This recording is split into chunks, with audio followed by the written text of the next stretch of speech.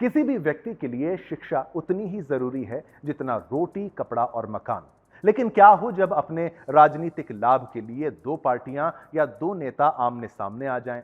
फिलहाल तो कुछ ऐसा ही देखने को मिल रहा है, जहां केंद्रीय शिक्षा मंत्री धर्मेंद्र प्रधान और तमिलनाडु के मुख्यमंत्री एम.के. स्टालिन के बीच राष्ट्रीय शिक्षा नीति को लेकर जुबानी युद्ध छिड़ चुका है। क्या कुछ कहा है और क्यों हो रही है लड़ाई और क्या है वाद विवाद, एक स्पेशल रिपोर्ट देखेंगे, ज्यादा बेहतर समझेंगे।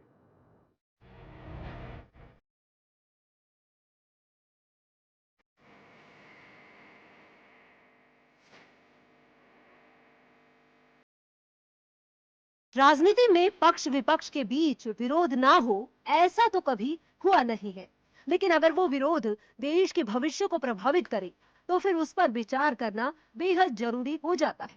हम बात कर रहे हैं न्यू एजुकेशन पॉलिसी की, जो केंद्र सरकार द्वारा लागू की गई। लेकिन कर्नाटक के मुख्यमंत्री स्टालिन इसका विरोध कर रहे हैं। आपको बता दें कि राष्ट्रीय शिक्षा नीति को लेकर एक बार फिर केंद्र बनाम राज्य सरकार का मामला बनता हुआ नजर आ रहा है। केंद्रीय शिक्षा मंत्री धर्मेंद्र प्रधान की ओर से सोमवार को तमिलनाडु के मुख्यमंत्री एम.के. स्टालिन पर नई राष्ट्रीय शिक्षा नीति को लागू नहीं करने के मुद्दे को लेकर राज्यों को एक दूसरे के खिलाफ खड़ा करने की कोशिश करने का आरोप लगाया गया। साथ ही कई सवाल भी पूछे गए कि क्या आप तमिल समेत अन्य मातृभाषा में शिक्षा का विरोध कर रहे हैं। धर्मेंद्र प्रधान की ओर से ये टिप्पणी सीएम स्टालिन के उस बयान के जवाब में आया है, जिसमें उन्होंने आरोप लगाया कि सबसे अच्छा प्रदर्शन करने वाले राज्यों के राष्ट्रीय शिक्षा नीति लागू करने से इनकार करने की वजह से केंद्र द्वारा समग्र शिक्षा स्कीम के तहत धनराशि देने से मना किया जा रहा है। केंद्रीय शिक्षा मंत्री ने सीएम स्टालिन से राष्ट्रीय शिक्षा नीति के प्रति राज्य के सैद्धांतिक विरोध पर भी सवाल उठाया। उन्होंने कई सवाल करते हुए कहा कि क्या आप तमिल सहित भारतीय भाषाओं में पाठ्य पुस्तकों और सामग्री के निर्माण का विरोध कर रहे हैं।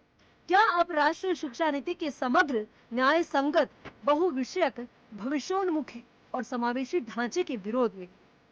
फिलहाल दोनों सरकारों में जुबानी जंग तेज है। अब देखना ये होगा कि कौन किसके सामने अपने घुटने टेकता है। Bureau report, Sudarshan. आपको केवल खबर दिखाएं इतना काफी नहीं है हमारे लिए। हमारे कार्यक्रम में हम हर खबर पर आपसे पोल के माध्यम से प्रश्न पूछते हैं। हमने आपसे प्रश्न पूछा, क्या एनईपी का विरोध सही है? ये देखिए, मिलिए जुला रिएक्शन आया है, लेकिन जैसा आया वैसा दिखाएंगे। 55% लोग कहते हैं हाँ, 45% लोग कहते हैं ना। दोनों के मत का सम्मान करते हैं जनमत में।